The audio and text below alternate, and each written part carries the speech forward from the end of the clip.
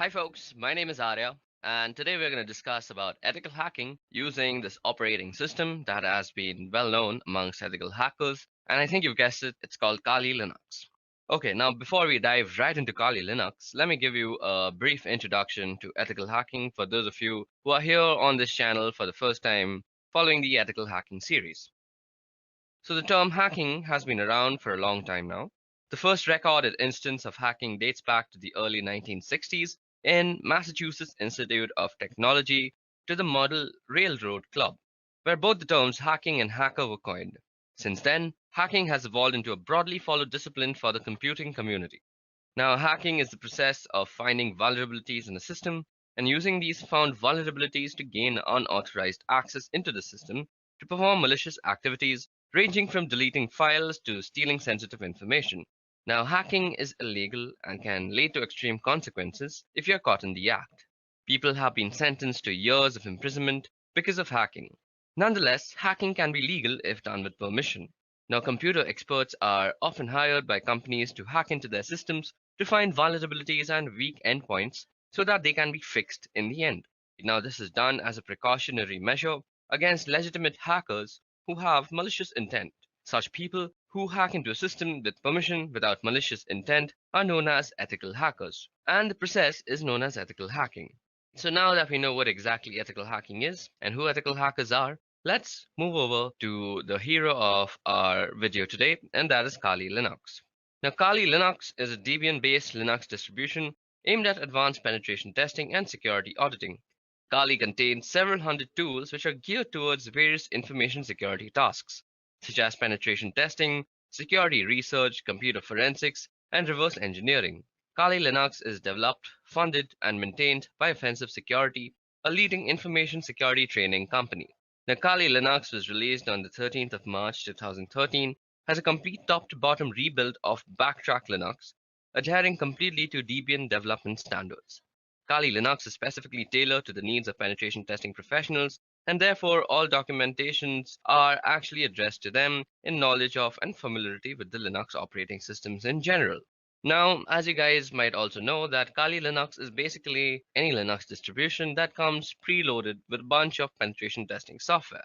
Now, some might argue that Kali Linux is not really necessary, but well, it does save you a lot of time if you're a penetration tester.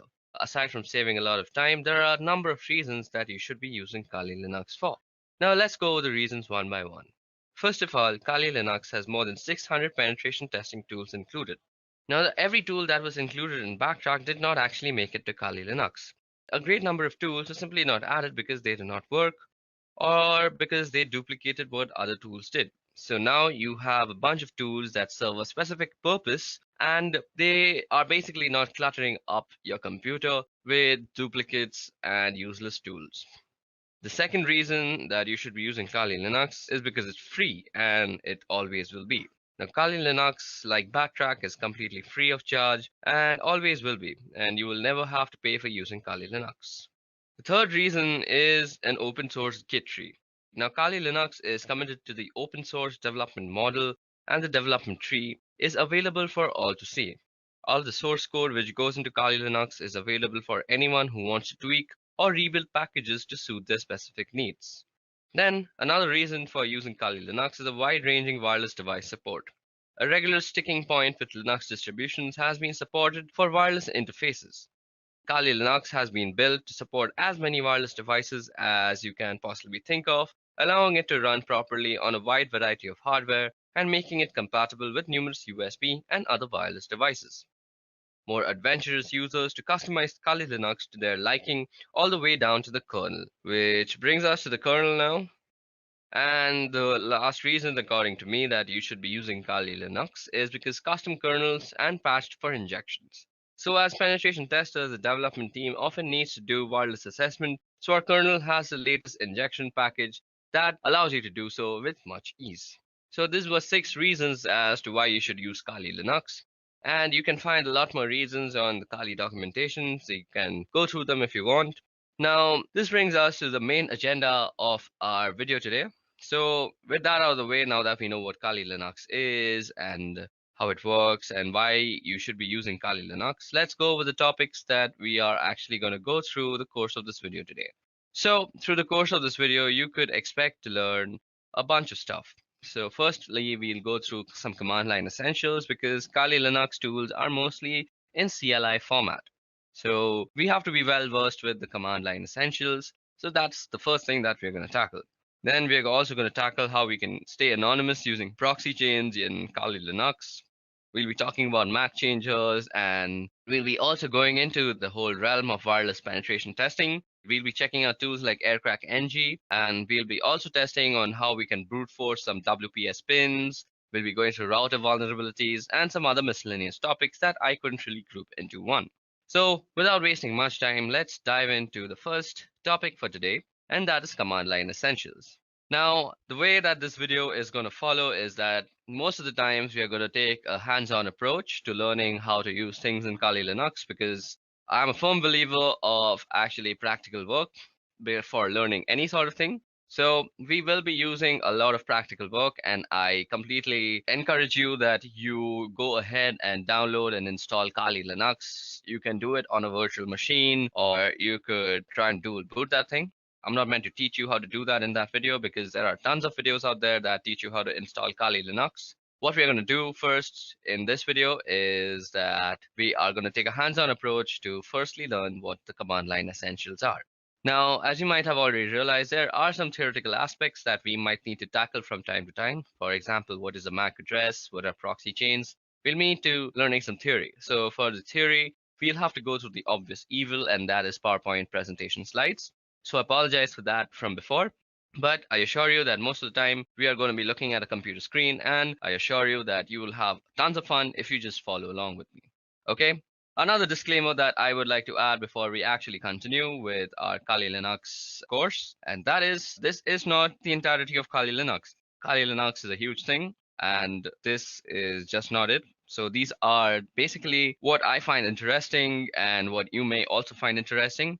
And these can cause a bunch of damage if you're doing it without permission. And damage comes with repercussions, which could include you being arrested, and that is not my fault.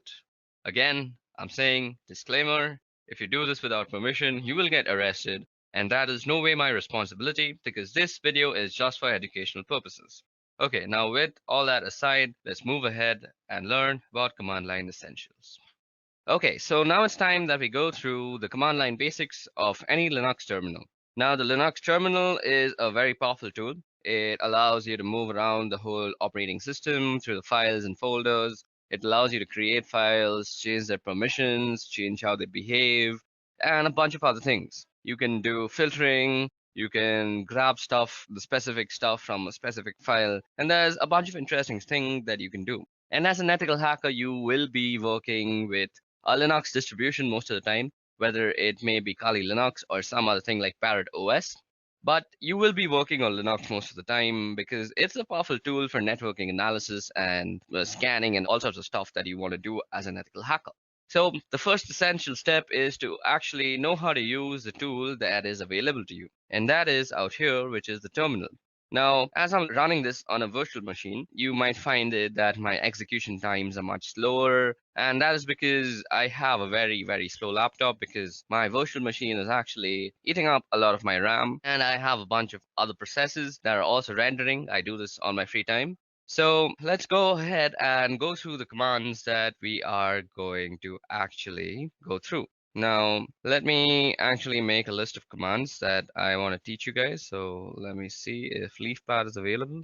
Firstly, LeafPad is basically a text editor. So the first command that we are going to start off with is cd. Now, cd stands for change directory.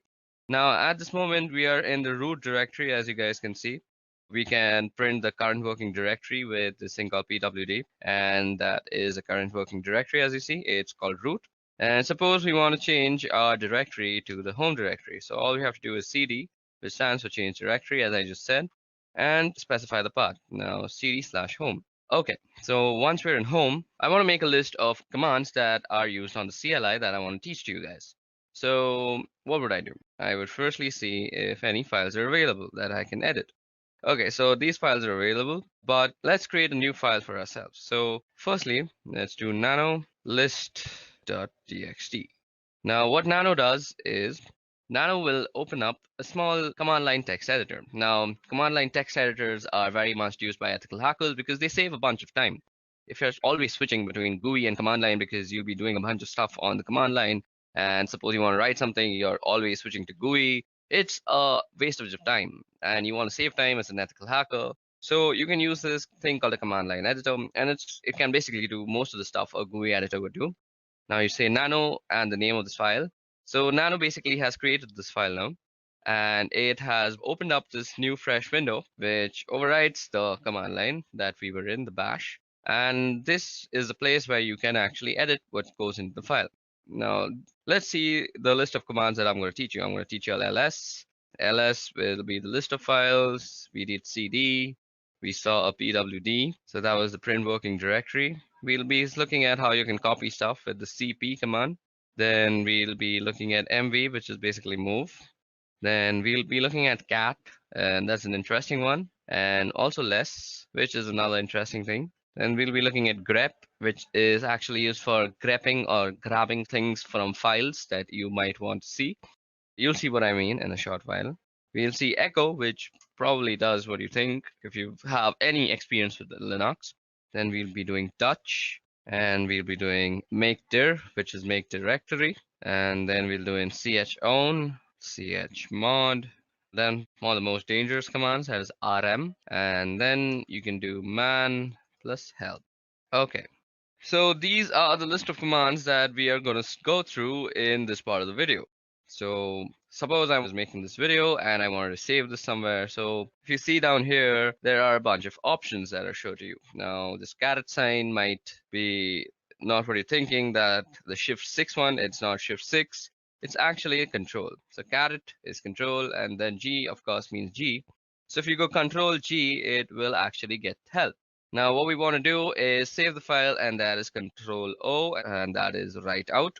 So what we want to do is say control O, and now it's going to say if we want to name the file list.txt, and we want to name the file, and it says that we have written down 15 lines.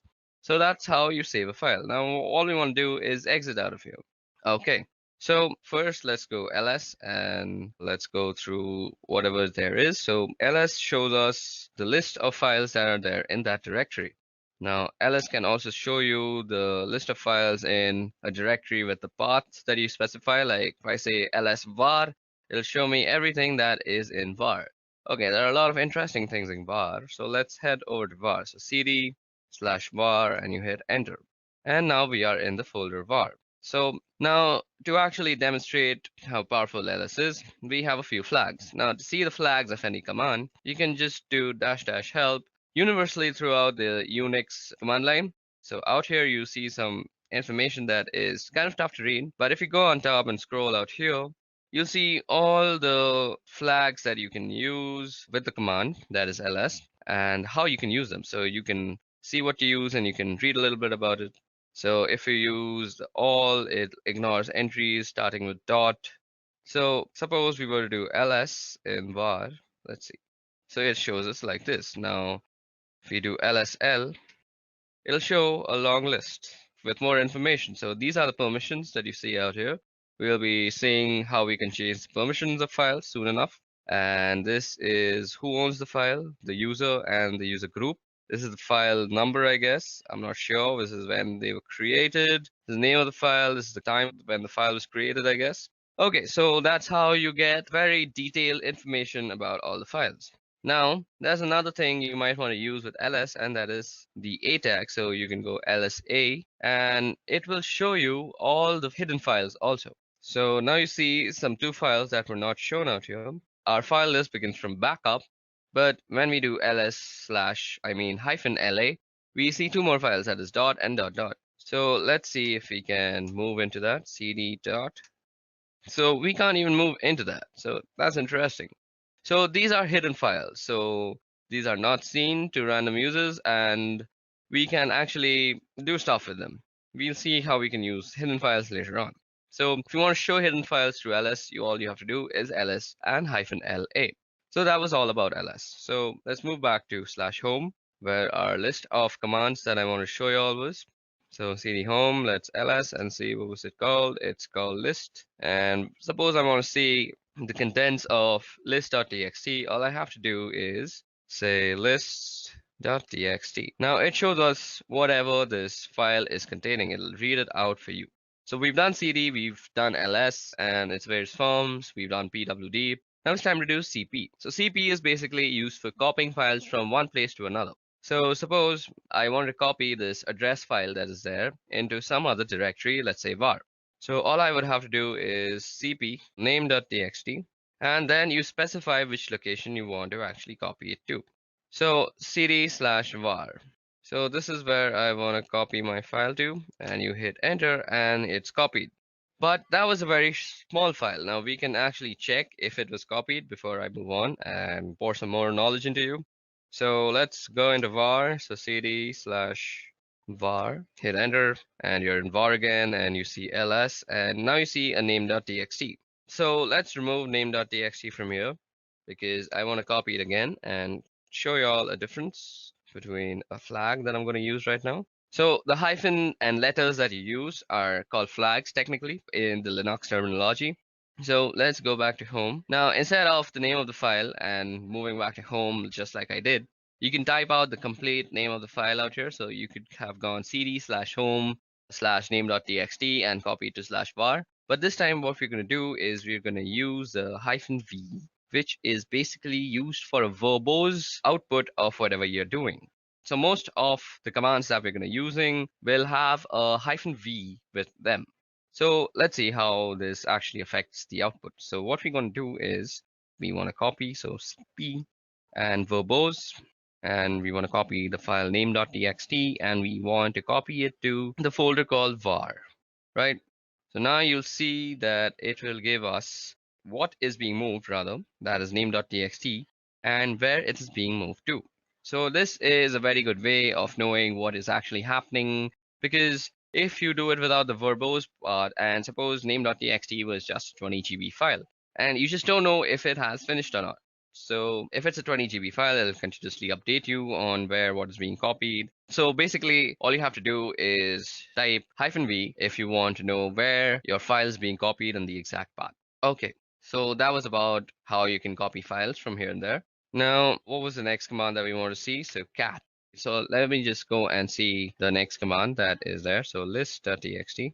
So after cat, I want to show less. Okay, so we've done cp. We also have to do mv. Now, as you guys can see, that cp is basically a copy. Copy is, as you would expect, it leaves a copy of the file that in the original directory while also maintaining a copy in the directory that you specified. But if you want to move the file completely, all you would have to do is use the command mv. So mv is for moving the file. Now let's see what all goes with mv. So you can type help, and as I said, you get the verbose option and you get suffixes. You can force things to happen. So suppose you don't have the permission, do not prompt before overwriting. So it'll give you a prompt and you can completely overlook the prompt with the F thing. So let me just show you how that looks like. We'll be doing a verbose and we will be copying the address.txt file. And okay, so every time I've been actually typing, so you can do address.txt by just pressing tab and it'll autocomplete. So address.txt to /var. Now it'll show you that it is actually renamed address.txt to var address.txt. Now, if you go and do ls out here, you will see that address.txt is not actually here, but if we were to move to var, so cd/var. Okay, I've also been typing out commands that I've been previously using, and you can simply toggle through all the commands that you've used by the up and down keys. So ls, mv, mvb help, cat list. I did cd home, and now I have to go through all this just to prove a point. So cd var, we want to change there. Now we're in the variable folder, and we also want to see what we have out here. So address should be out here, and ls. And as you guys can see, address.txt is the first file that has come up. And it is basically the same file, and I can prove that to you by just catting the file, and there's address.txt. And you see that is some random address for some random person. Okay, now let's quickly clear out our file. our window. You can do that with the Control L, or you can just type out clear. Now, what we want to do is move back to home. So yeah, cd home. Okay, so now that we're back in home again, let's cat out our next file. So list.txt, and after move, I wanted to go through cat. Now cat, as you guys can see, is printing out the contents of a file, and there's also less, which does something very similar to cat. So let's see what it does.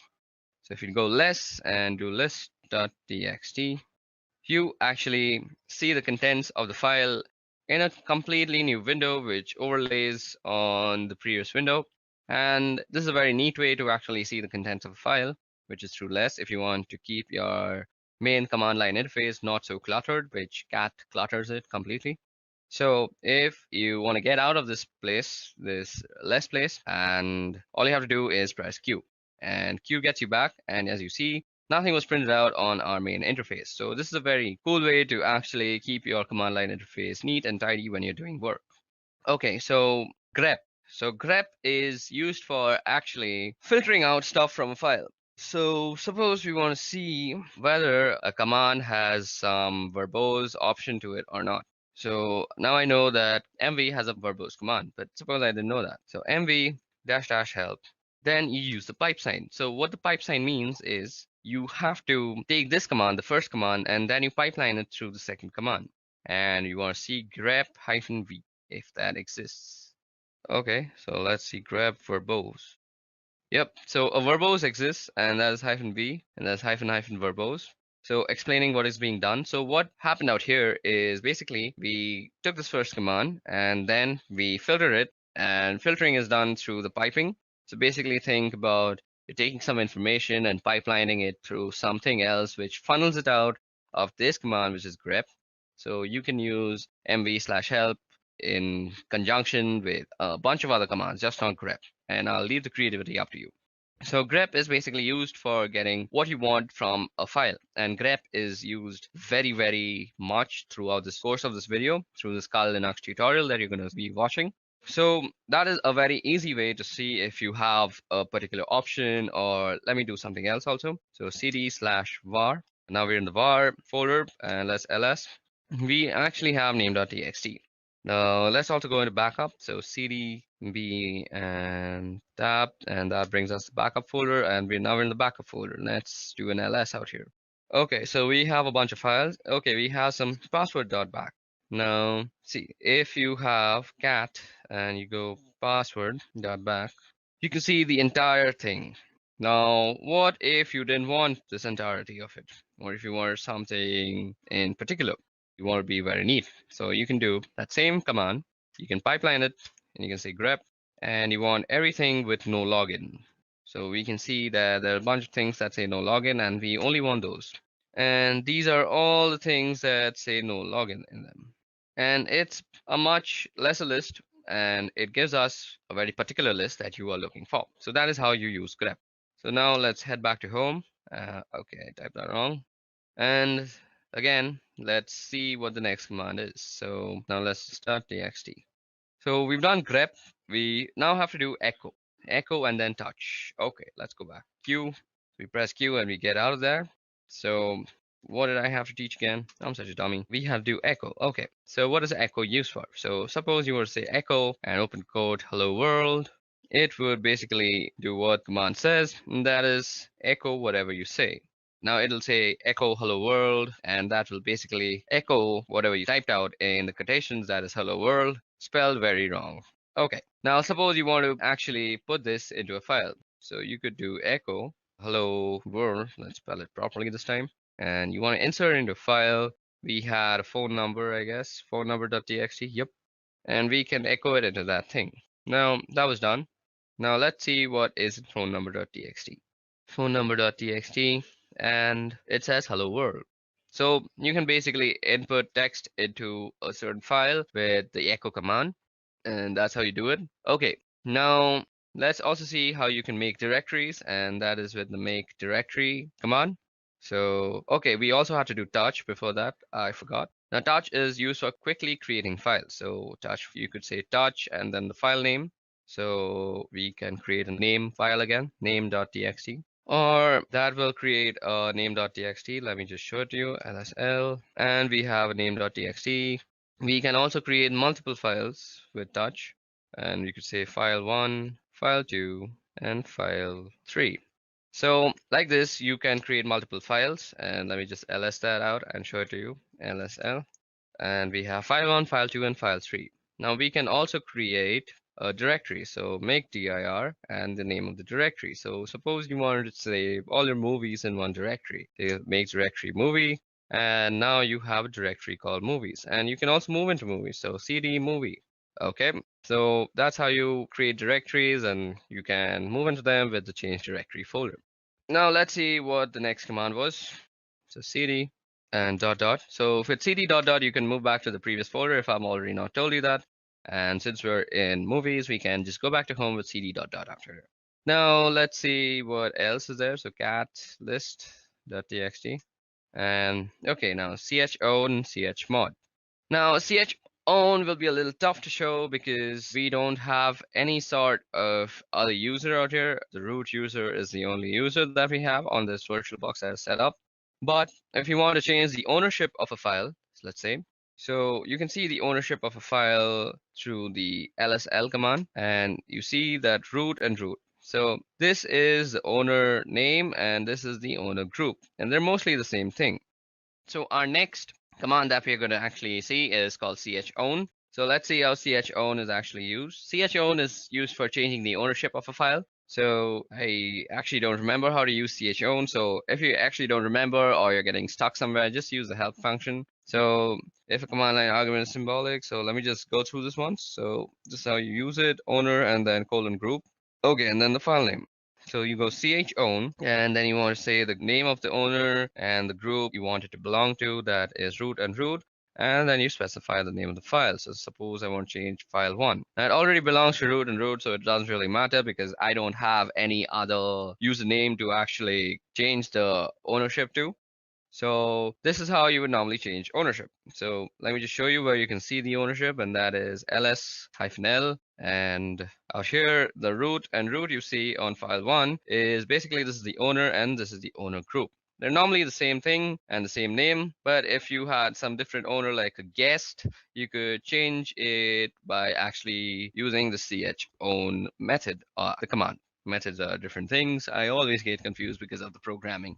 Okay, now the next command that is left is called chmod. To actually show you how chmod works, let me show you an interesting file. So suppose, let me just do this once. Okay, now echo. What we want to echo is, let's echo hello world. And let's put that in quotation, and we want to put this in test.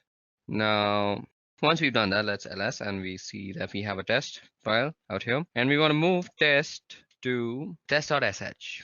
So test.sh is the executable file that is used in bash scripting. So we move test to test.sh, and the way you actually execute bash files on your command line is with the dot and the slash. So you say dot slash, and if I press T and I press tab, you see that there is no options that's coming up. That is because test.sh is not an executable file. So test.sh don't have the executable permission. So let me just show that to you. ls, and you see test.sh. It doesn't have the executable. Now you see movie, it is executable. I don't know why, it is a directory, so it is an executable. You can move into it. So it's blue in color. So the way you actually can make this an executable is by changing its permissions. So the way you do that is chmod, and basically you change it to an executable. So plus X, that is making an executable. If you do plus R, it'll make it readable. And if you do plus W, it'll make it writable also.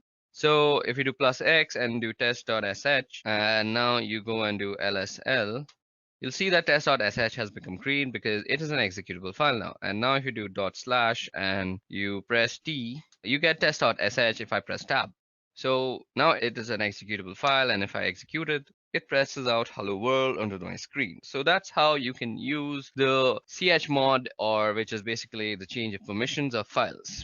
And we'll be changing permissions of files throughout the course of this video. It'll be very useful for us, and you'll see as we go along with this video. Okay, so the next thing that I want to show you all, only two are left, and I remember those now, and it is rm And RM is used for actually removing files. So you should be very careful while using RM or any sort of removing command on a Linux system, because once you remove something, it is very difficult to get it back, and it's almost near impossible. It's not like Windows where it's basically just disappeared in front of your eyes, but it's still there in the memory, cluttering it all up. That's why Linux always trumps Windows. That's one of the reasons. I'll make a video on that later on. But for now, let's focus on RM. Now we can remove file one. So let's see. So file one is going to be removed. So if we ls now, you see file one doesn't exist, but let me show you. RM, and if I do movie, it'll say cannot remove movie is a directory. But if you go into the help menu, I bet there will be a option that you can just forcefully remove it. So RM force will just remove. So RM/R, and you can do movie, and it'll recursively remove everything. And if you go here and do LSL, you'll see that there is no movie directory anymore, and that is how you can remove movies. Now that prompt that you see out there is actually a safety measure, because once you remove a directory and it's not retrievable, that's a very sad scenario, and you don't want to get yourself in such a scenario in whatsoever possibility. Okay, moving on, so on and so forth. That was all about the RM folder. Now you can do RM and the address of anything. So RM, I know we moved an address.txt, so into the var folder, we can go rm var and address.txt. And that will remove address.txt from the folder of var. Let me just show you that worked. So cd var and ls, and you see that there is no address.txt out here. Okay, another way to get help for any command that you want is man, and suppose you want to see about rm. It'll show everything about RM that is there to show to you. It'll show you how to use it. It'll give you a description, synopsis, the name, remove files or directories. It's a very useful way. So out here you see this is a manual page. So that is what it means, man. And you can press line 1 or H, or you can press Q to quit. So that's very much helpful. Okay guys, so that was all about the command line interface and how we can use it to go about the operating system and change file permissions, copy files, move files, and a bunch of other stuff. Now it's time to get on with the interesting stuff, and that is, firstly, we're going to be learning how you can actually stay anonymous with proxy chains. Okay guys, so now that we are done with the command line basics, it's time that we move forward with proxy chains. So before we move forward with proxy chains, let us head back to our PowerPoint presentation and see what exactly proxy chains are. Okay, so proxy chains. Now, as the name suggests, proxy chains are basically a chain of proxies. Now, where is a proxy used? A proxy is used whenever you want to anonymize yourself on the wire or the network. You do not want to know, or you do not want your others to know what the source IP address was for your client system. And to do this, all you have to do is send your packets through a bunch of intermediary systems, and these intermediary systems carry the packet out and they transmit it to the target system. And this is much slower, and let's see how we can use this in Kali Linux now. In combination with Tor in order to anonymize traffic, not only on web browsing traffic, but rather instead on all networks related traffic generated by pretty much all your applications. But you can also change this in the settings. Now, what we're going to do is we're going to open up the proxy chain configuration file, and we're going to understand all its options that are available. So to do that, all you have to do is say nano. You go into the etc folder, and then you go for the proxy chain.conf. And what you see out here is the nano editor, and we had spoken about the nano editor when we were discussing the CLI part. I hope you haven't skipped that. Now what you see out here is a bunch of instructions and options. So let me just zoom in into this command line interface, and now you can read everything much well. So what proxy chains is, well, it gives you the ability rather to route your traffic through a series of proxy servers and stay anonymous in such a fashion by hiding behind them or by having them forward your requests, so it looks that on the other side that your requests are coming from them as opposed to you. Now, surprisingly enough, there are a large amount of these proxy servers out there that you can use, but they're not very stable. They go up and down and they're not very fast. So for specific targets, they can be useful, but not for brute forcing and not for any sort of computing attack. So suppose you're doing something to a certain target. If you're trying to log in or you're already logged in, you can definitely do it through proxy chains. and it will be reasonably fast and reasonably stable as well. But if you're doing some sort of mass scanning or you're brute forcing a password or something of a kind of a proxy chain with a list of proxies selected from the internet, especially the free proxies, it's not going to work. I mean, it's going to work out eventually in a technical sense, but it will consume more time than you can spare. And by that, I mean it can be a very, very long time. It can take about months or two to do a simple scan. So that's not an option. And there are other ways of doing that, but for the time being, I just want you to know how you can use proxy chains and how you can configure it. And actually, because it's really useful and I use it fairly often, and a lot of people do, and it's a fantastic piece of software. So first off, we have the types of proxies. So you see HTTP, SOCKS4, and SOCKS5. Now, there are fundamental differences between these protocols, and you always want to find yourself a SOCKS5 proxy as that's the best possible one, and that has the ability to anonymize all sorts of traffic. HTTP, well, as the name it says, it's for HTTP traffic, and SOCKS4 is very similar to SOCKS5, but it does not support IPv6 protocol and it does not support UDP protocol. So this can be SOCKS4 and it can be rather problematic, and you always want to make sure that you're using SOCKS5 wherever and however. Anyway, down below, you have these other options, which we will go over. So basically, how you enable these options is that you don't need to type some complex lines of code or anything of any kind. Basically, all you have to do is just delete the hash out here. Let me just show you. So suppose we wanted to actually activate dynamic chains option. So all we have to do is delete the hash. But let's put in the hash right now. So after you delete the hash, all you have to do is save the file and the option is enabled. This hash presents a commented outline, meaning that the system reading this will ignore if there is a hash, and if there isn't a hash, it will take it into consideration and interpret it accordingly. Anyway, what we have here are statements which allow us to specify how we want our traffic to be routed. So first off, we have dynamic chain. Now, dynamic chain is a sum and is an option which you will find people using the most.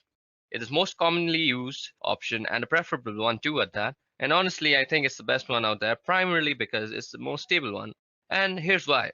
Now, suppose you have ABCD proxies. So those are some servers with IP addresses, with open ports. And if you have a strict chain policy, which is enabled on this computer right now, as you see, if you have a strict chain policy, we can only be able to access any site on the internet in general by going through ABCD. So you have to go through all of them, and you have to go through them in that specific order, that is ABCD. And that's not always a good thing. I mean, if you're paying for 5 proxies, that's not a problem because they will always be operational and they will always be up. And why not? That's not a bad idea or an option. But there are, however, people who use proxies for free and they don't tend to pay for them. Why would you pay for like 5 proxies for a simple scan or something of that kind? They're not free and they cost money and they're rather expensive also. But still, I mean, the act of paying itself identifies you and kind of diminishes the amount of anonymity you have on the internet. So some complex payment methods can still be used to actually anonymize yourself, but it's fairly simpler to just use a dynamic chain. So firstly, we're going to go ahead and uncomment the dynamic chain option, and we're going to comment out the strict chain option. So strict chain will no longer be used, and I will be using dynamic chains. And one more thing to note here is that if you want to use proxy chains in combination with Tor, if you want to route all your traffic through the Tor network, not just web traffic, you must be enabling dynamic chains. I mean, there is a chance that it will work with strict chains, but due to the instant instability of Tor nodes, it is highly unlikely you will need dynamic chains, and that is why I'm using them. Anyway, if you're using dynamic chains, just give you the ability to go from ABCD to your desired destination by not having to adhere to any order. So let's say C is down and you would go a B, D, and it would work with no problems. Even if B was down, you would go to a D and you would go and still reach the destination. So as long as one single proxy is functional, it's going to work and you don't require any specific order to do it down below. Now down below you have some other options too. So first is random chains. Now random chains in effect are basically the same thing as resetting your service. I mean, if you're resetting your Tor, you will be now assigned a new IP address. Tor assigns you a new IP address every 10 minutes or so. Anyway, with the random chain, you can specify a list of IPs, and then you can tell your computer, okay, I want you to try and I want you to connect to this point. And every time you connect, every time you transmit a packet, I want you to use a different proxy. And we can do that as well. And that's one of the options definitely. And you can say, okay, use this is phone 5 times and then change to another one or some kind of like that. There are a lot of options to specify there, primarily the chain length. Anyway, down below there's quiet mode. and you don't really need that, then that's proxy DNS request no leak from DNS data. This is very important. You cannot have any DNS leak, and let me explain to you what DNS leaks are. And even though somebody cannot get your particular IP address, they can get the IP address of the DNS server that you are using. And that DNS servers do is resolve the main domain to the IP address and vice versa. So for example, if you typed in youtube.com, the DNS server of your local ISP provider will resolve that into some sort of IP address that YouTube has, and it will make a request. No problem. And you do not want that happening because your local DNS server will be discovered, and that is information that can be used in order to figure out your personal IP address. And when that is done, your physical location is pretty much compromised, and that's a no-go. And you definitely need proxy DNS here. It might slow you down a bit, but without that, you're practically not anonymous, and it's just a matter of time before somebody finds you. Now, if you go down below, we have some other options here, but we're not really interested in them at the moment. What we here are for the formats for entering proxies, and I'm going to leave it at that. So what you see out here is first the type of the proxy, that is SOCKS5, then the IP address, then the port number, and then two words, that is Llama secret and then juice to hidden. Okay, so now what you see out here, as I just said, is how you would actually write down your proxy chains. And now, as I had already also said, you always want to be using SOCKS5 and you don't want to be using HTTP because they're not really that safe. And SOCKS5 doesn't support a lot of options anyway. And this is the IP address of the proxy server that we will enter a few of them manually later on. And this here is the port number that you see on which the proxy server is listening. And that port is open over here. These two words now, what some proxy servers, especially paid ones, will always have a username and password, so you can just type them here in plain text. Unfortunately, it is assumed that only you and you alone have access to this computer besides this file. And besides, this file is not everybody can read this file. Anyway, so if you can just type in the username here and password here, you will gain access to a certain proxy that you have chosen or that you have paid for. Anyway, these are just some examples, and we won't actually be using these proxies or anything of a kind. We need to go down below here. Out here you see, and at the end of the file, so if I just press enter a couple of times, there we go. So here is only one proxy active at the moment, and it says SOCKS4, and all traffic being routed here through Tor by default. So let's set to Tor now, and Tor default listens on this port.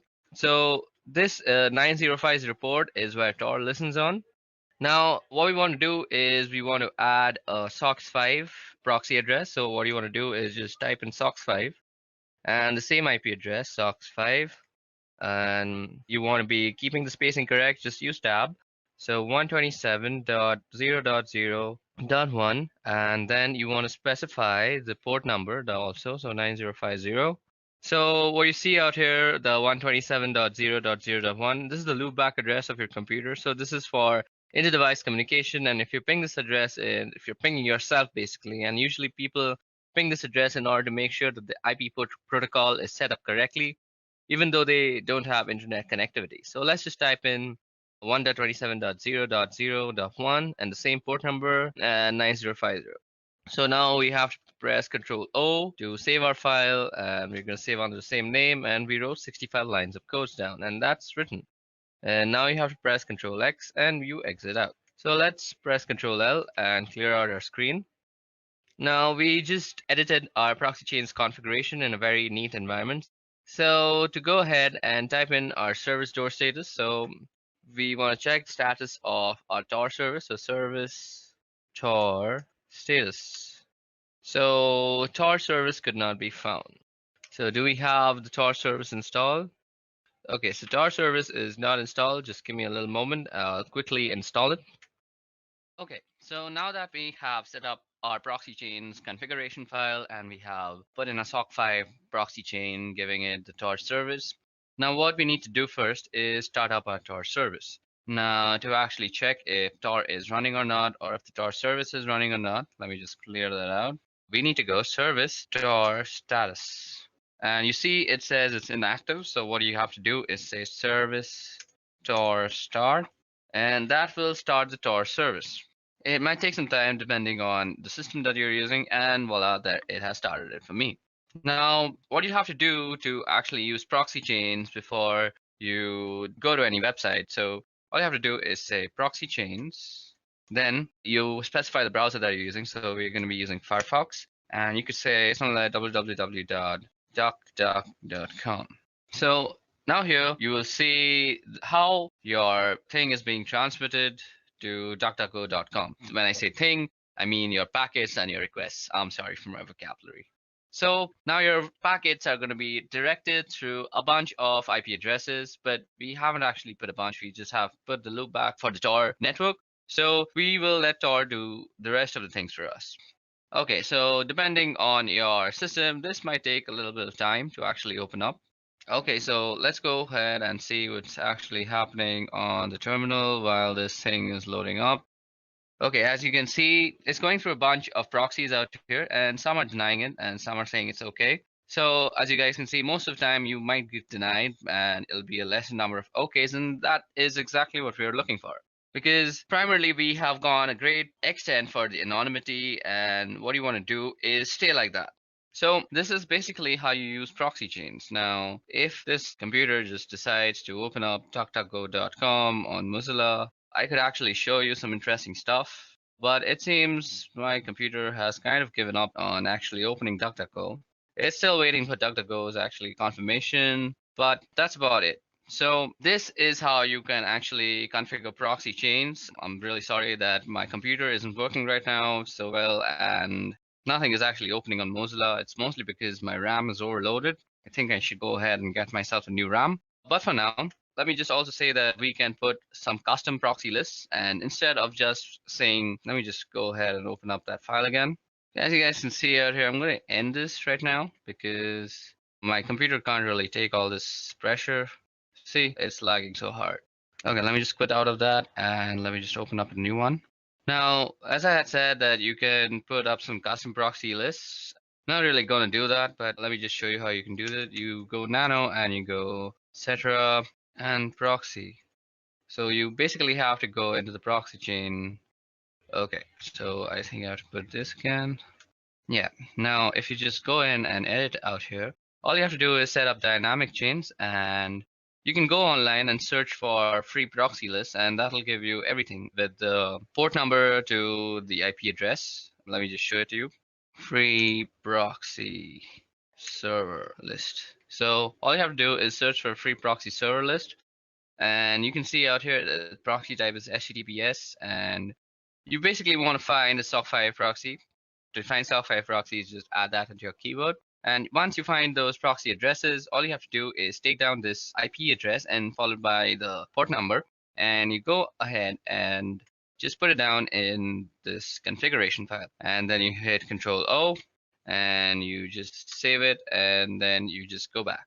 So that was all about proxy chains and how you can set up proxy chains to make yourself very anonymous. I'm sorry, the whole Mozilla part didn't work. That's the sad state of my computer. But moving on, let's go ahead and study about Maccangers. Okay guys, so that was all about proxy chains. Let's move ahead to Macchanger. Okay, now before we go into the tool called Macchanger, let's just see what a MAC address is. Now, MAC address actually stands for Media Access Controller Address of a device and is a unique identifier assigned to a network interface controller for communication purposes. Now, MAC addresses are used as a network address for most IEEE 802 network technologies, including Ethernet, Wi-Fi, and Bluetooth.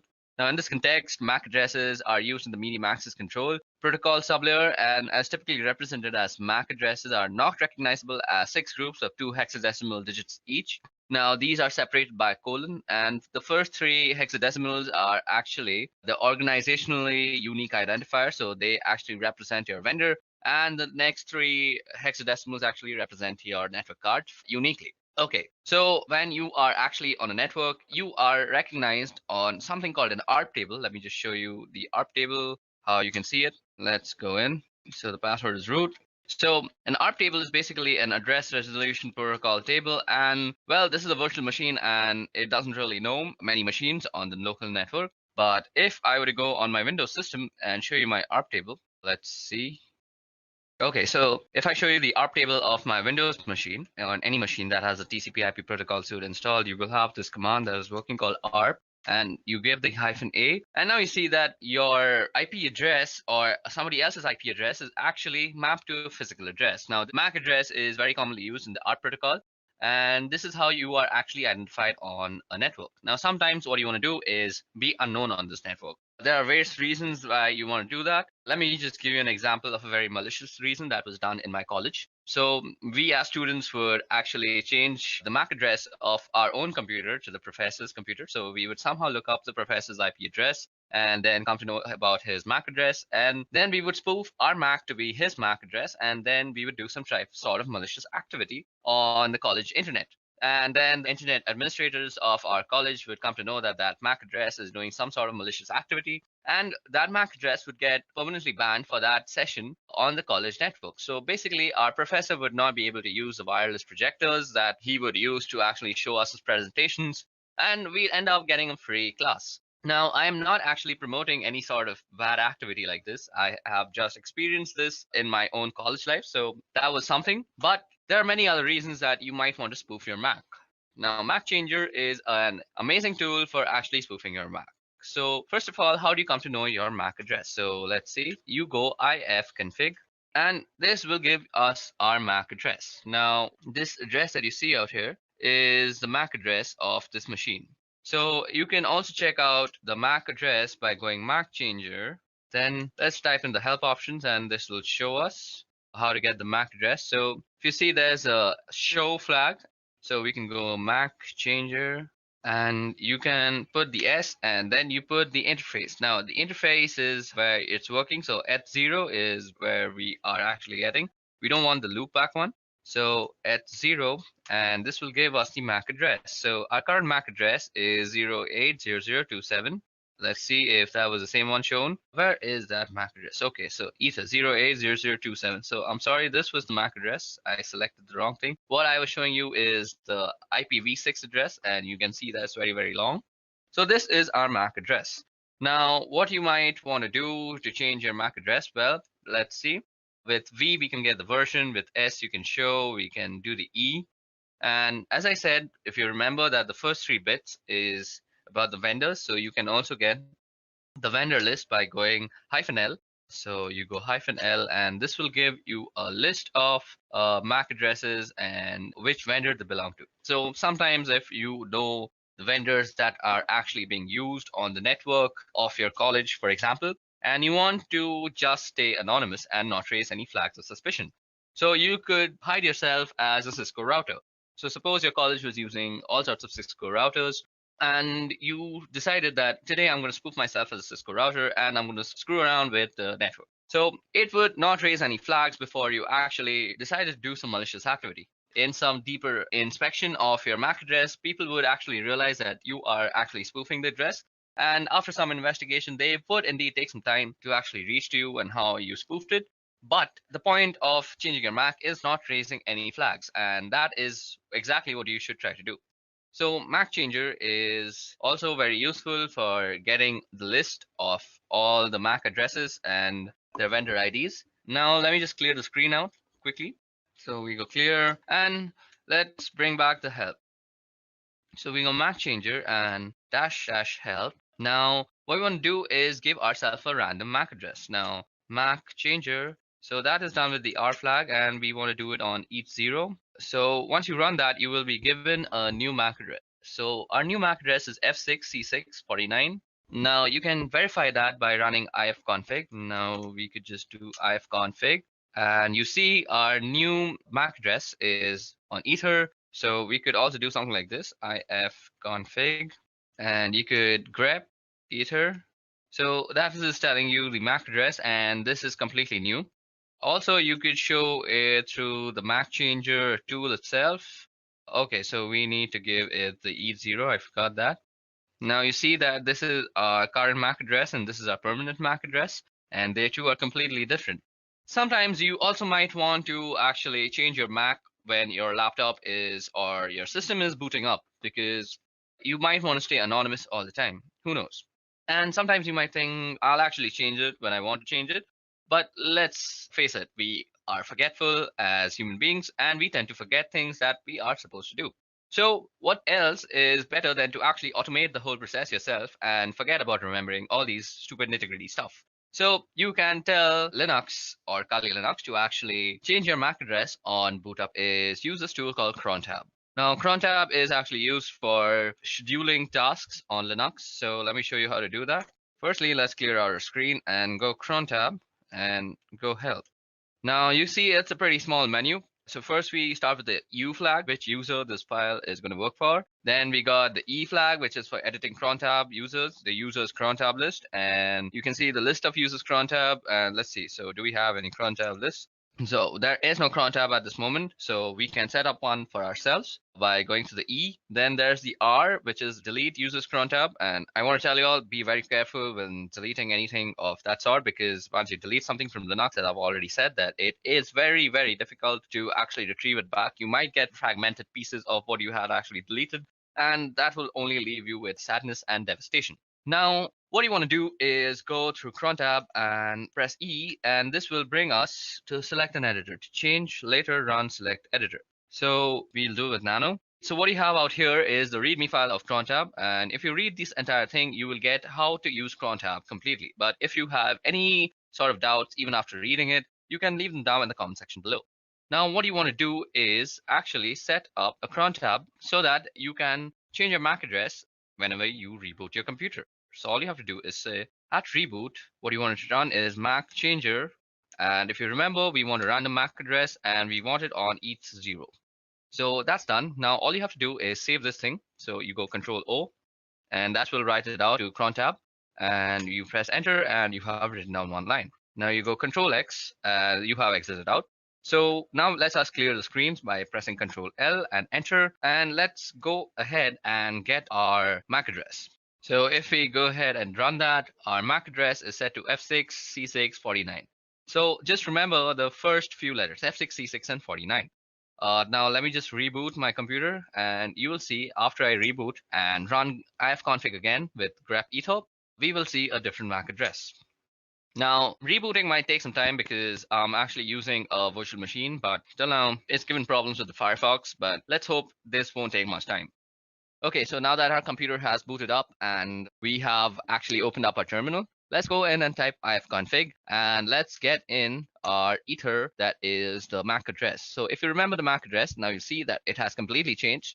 And that's how you can spoof your MAC address on your local network. And this will basically help you in staying anonymous on our protocols and anything that actually maps your IP address to the MAC address. Okay, so that was all about Maccangers. I'll meet you in the next section now.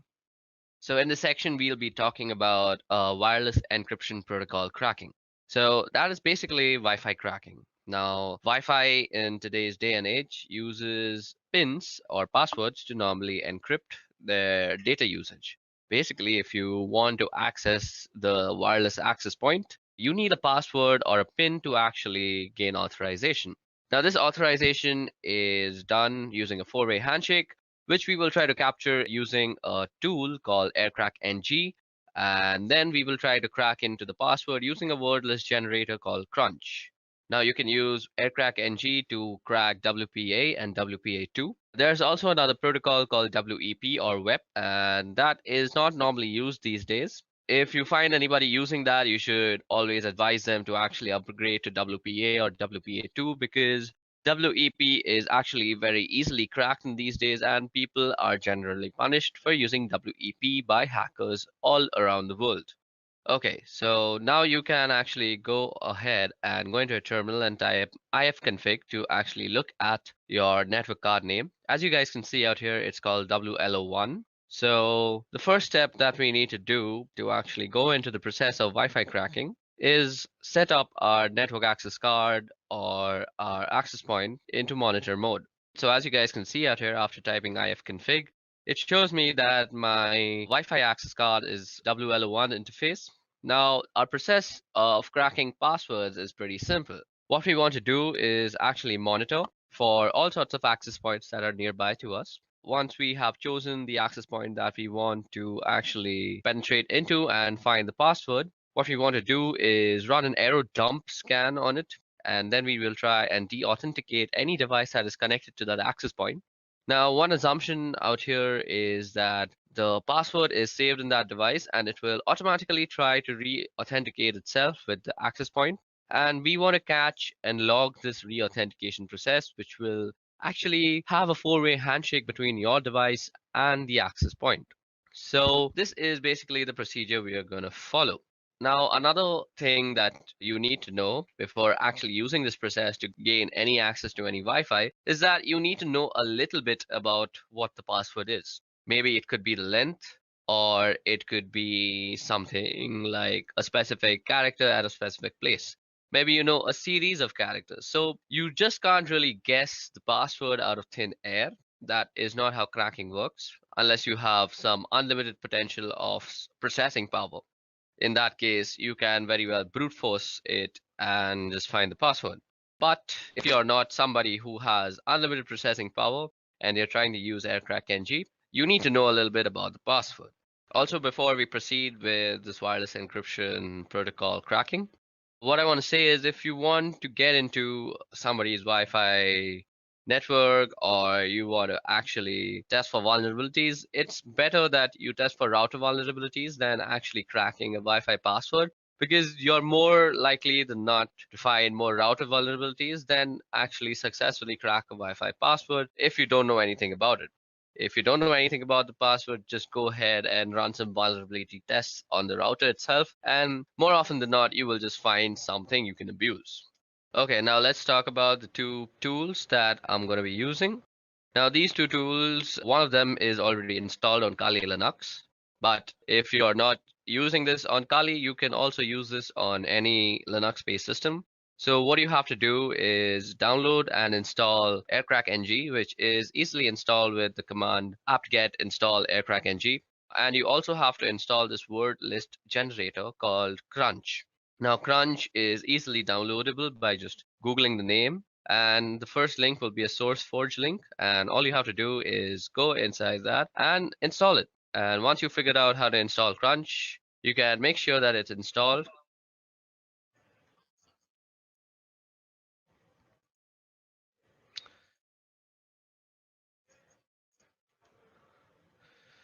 Now, once you have installed both the softwares, you can check out if the manual pages are opening up.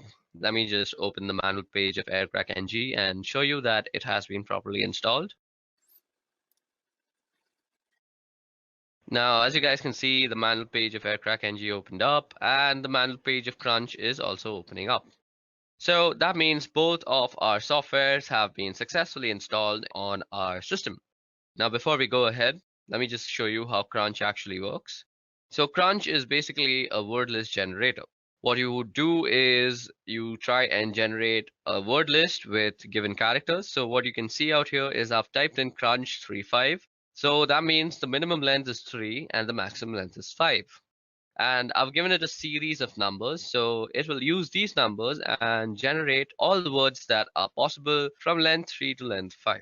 So the way we are going to use 𝐶runch in conjunction with 𝐴𝐵𝐸𝐾 is that we are going to use 𝐶runch to generate the word list, and then we're going to pipe the word list through 𝐴𝐵𝐸𝐾 when we are actually trying to capture and crack what we will capture in a certain log file.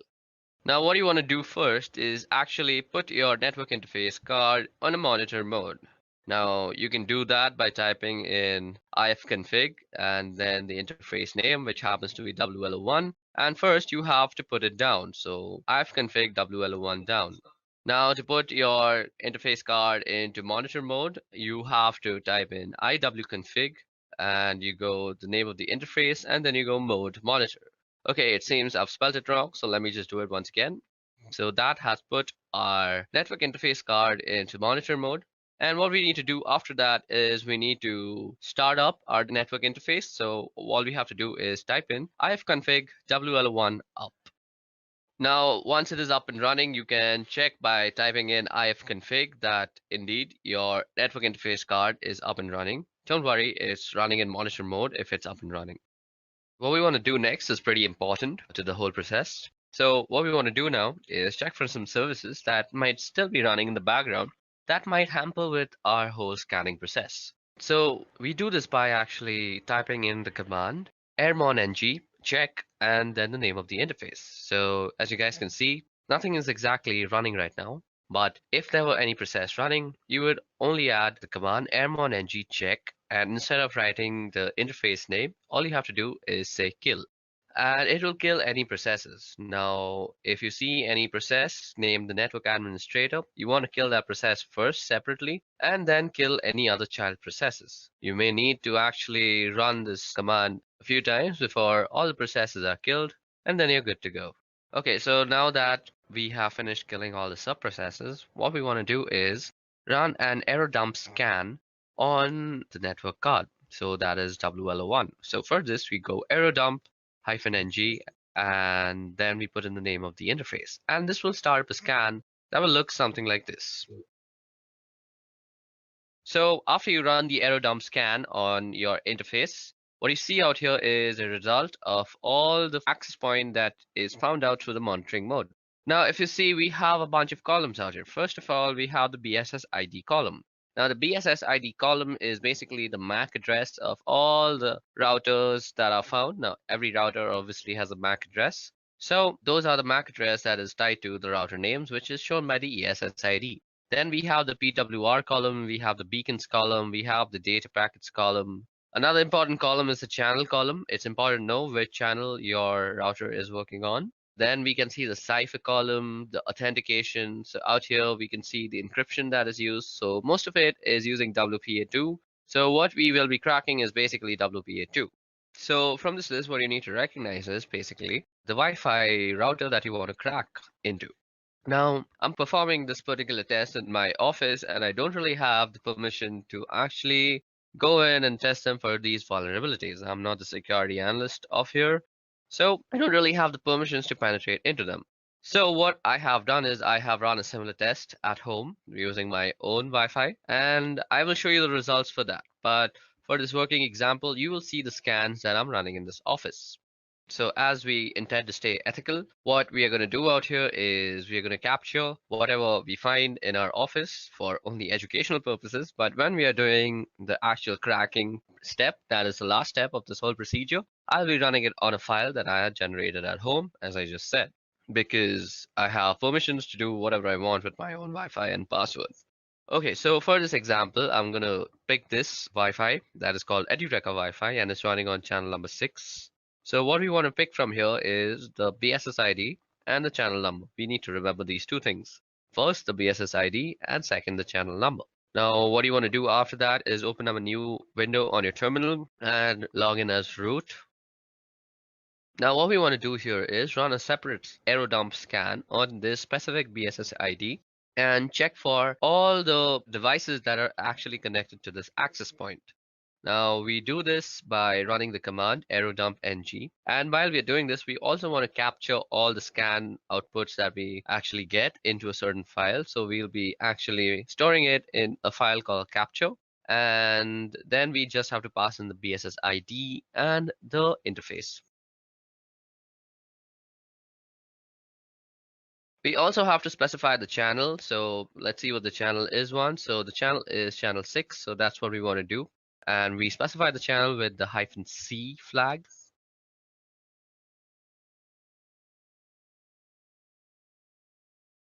So after you have identified the MAC address, all you need to do is copy it down and place it after the BSS ID flag. Okay, so we're going to run our command out here, and we just want to say our file is going to be called test.capture. Now that our scan is up and running, all we want to do is wait till someone is actually connected to this access point. So I forgot to mention this. For this process to actually work properly, somebody needs to be connected to that access point, because what we are going to try and do is disconnect that certain device and let them reconnect and capture that log file. Okay, so it seems like nobody is actually connecting to it. So at this time, all I'm going to do is go back to our error dump scan that we had run on our network interface and look for some other MAC address or other access point to actually penetrate into. And let's see if something has actually connected to that. Okay, so, oh, voila. Now what you see out here is that somebody has actually connected to this access point, and his MAC address can be seen under the stations tab. Now, what we want to do is run a deauthentication broadcast message on that station and deauthenticate that guy. Now, to actually run the deauthentication process, all you have to do is go ahead and open up a new terminal window again and let the scan be running in the background. Don't close any scan at this moment. Okay, so the information that we need to remember is the BSS ID, or rather the MAC ID of the station. Now you also want your monitoring to be running on the same channel so that your deauthentication message is being already broadcast on the same channel. So we can do that easily by going airmon ng and saying WLO1, and you can say start on the specified channel. So what we want to be doing is running this on channel 6. Then we want to go and use the third suite of tools, that is Air Replay. Now, Air Replay is used for broadcasting deauthentication messages and all sorts of stuff. Now, you can see all this in the help menu also, and you can do that by typing in --help. If you go down, you see that you can send a deauthentication message using the -0 flag, and that's exactly what we're going to do. Then we say 0 again because we want to constantly send a broadcast of deauthentication. So it's looping basically. And until and unless we stop the scan, nobody will actually be able to access the Wi-Fi. So it's basically like a small DOS attack. And then we want to specify the BSS ID. Okay, so it seems like I forgot the whole A tag before the BSS ID, and that should get it working. Okay, so it seems like I have copied some wrong BSS ID, I guess. So let me just go ahead and copy that once properly. Okay, so now that we have the proper BSS ID, as you guys can see, we are running a deauthentication broadcast message on that particular network access card. And now you want to run this for around a couple of minutes so that you become sure that all the devices have disconnected.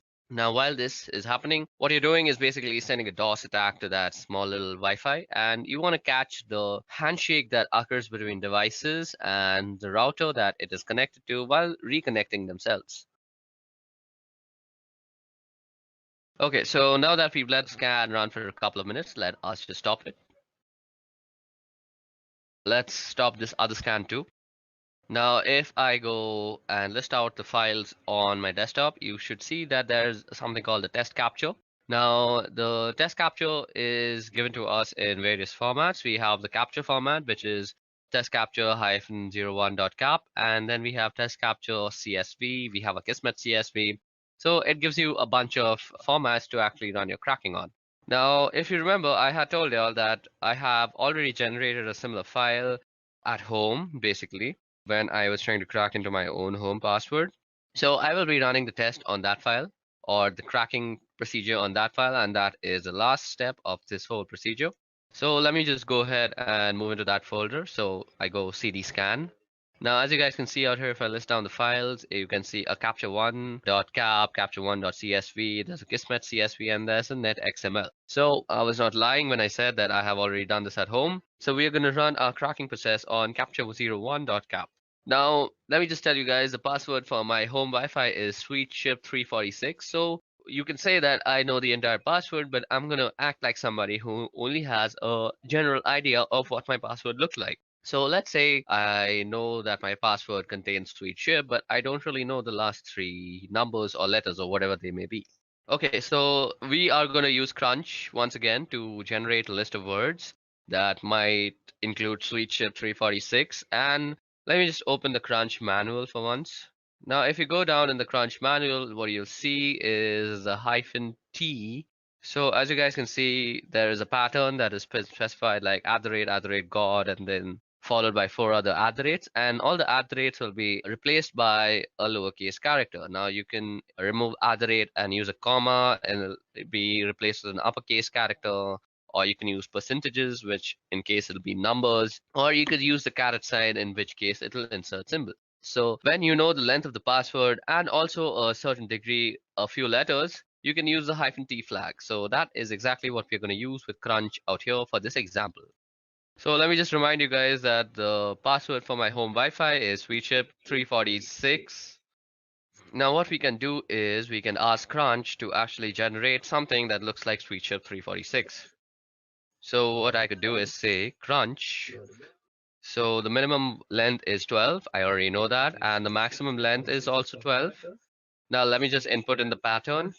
So we put in the pattern after -T. So now I'm going to just show you how long it can take. So we are just going to say sweet and then put in some @, and then also try and guess in the numbers. So after you put in the pattern, you want to also input which letters and numbers they could be. And I'm just going to input my entire keyboard out here. Now what you want to do is pipe this command through 𝐴𝐴RCRACK-NG's cracking procedure. Okay, so now what we want to do is pipe this command through 𝐴𝐴RCRACK-NG, and we want to write from, or rather read from the capture file. So what we go is -w and then hyphen and then the capture file name. So capture01.cap. And then we also have to specify the ESS ID, which is given through the E flag. And the ESS ID for my home Wi-Fi is nestaway_C105. So that's exactly what I'm going to type in. And this will start up the cracking process on my Wi-Fi from the captured file. So as you guys can see, this is going to take a long time, and I'm not really actually going to complete it. So in this time, I'm actually just going to try and explain why this is not very feasible on a virtual network. So basically, this is not feasible because at this moment, my computer is using all 4 of its cores and all the memory that is possible. So what this means is, on a virtual box, this is not really possible. Your virtual box doesn't really have that much power. If you're using a 4-core processor computer, only 2 of its maximum cores can be actually allotted to your VirtualBox machine. Above that, you can't really give it the entire memory because that will make your computer crash. So if you want to do something like this, it's better that you install Kali Linux as a dual boot or as your own daily driver, and then you can do this. So this is why I have not done this on a virtual machine and instead done this on Deepin Linux, which is my daily driver operating system. Now, as you guys can see, it is constantly trying to actually guess the password by actually going through all the permutations and combinations. That is basically, it's taking in all the words generated from Crunch, piping it into the current command, that is the @ng command, and it's comparing everything. So what I'm going to do is I'm actually going to end this because this will take a very long time. And what we're going to do is we're going to actually try and shorten the command of the amount of guessing that we're trying to do. So let me just try and do that. So as you guys can see out here, I have reduced the number of alphabets that might be actually tested. But even in this case, this will take a humongous amount of time. And let me just show that to you. So as you guys can see, the test is running, and there's not really much you can do. You can just let this run, go out for a cup of coffee, and then come back. And you might still see that running. It really depends on what the password is and how much time it takes to crack it. And how much processing power you have directly affects how much time this will take. So let me just show you guys that this is taking a bunch of time.